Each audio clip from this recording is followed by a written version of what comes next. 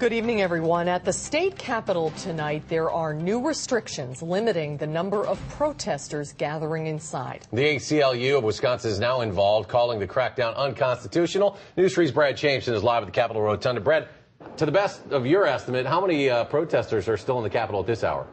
Well, Eric, I can certainly tell you it's not that many. You can remember last week this place was filled. If we can take a look right now down into the rotunda, you can really only see a handful of people that are down there. We're definitely not talking the thousands, probably not even the hundreds that we were talking about last week. But the only people that were allowed in here today were people that had appointments prior with legislators, while those who were still outside and still looking to make their voices heard found a new reason to protest.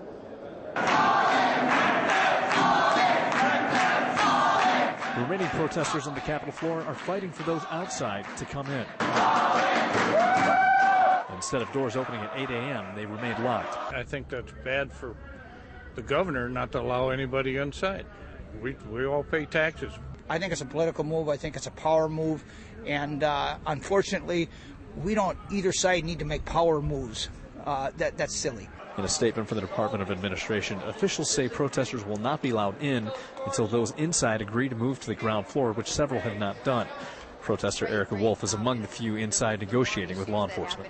They've sort of given us an idea of what they'd like us to do in those overnight times, and we're sort of trying to bring back the word of the community that we don't think that's going to be good enough. Wolf feels others causing disturbances, such as this man who climbed out on a ledge, is harming the protesters' attempts to work with law enforcement officials in charge. The big dogs aren't going to be present when we're talking about someone out on a ledge, so that takes him away from being able to sit down with us and talk about the terms of getting the building open. Other protesters are taking a more direct action. I feel they're infringing upon our civil rights and our constitutional rights, and I'm not going to allow it. So I figured I'd step up and file a lawsuit on behalf of Defending Wisconsin PAC and myself.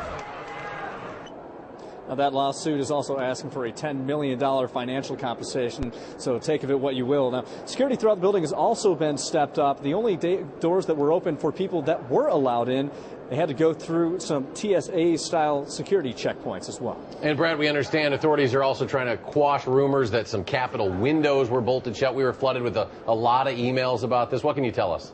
Well, the Madison Fire Department were dispatched down here to take a look at some of these rumors. They found no evidence that windows were being sealed. Now, the Department of Administration says that some windows were being repaired after some locking mechanisms were broken. Those windows were in public areas only, so there's also been no confirmation that any staff windows had been locked down as well.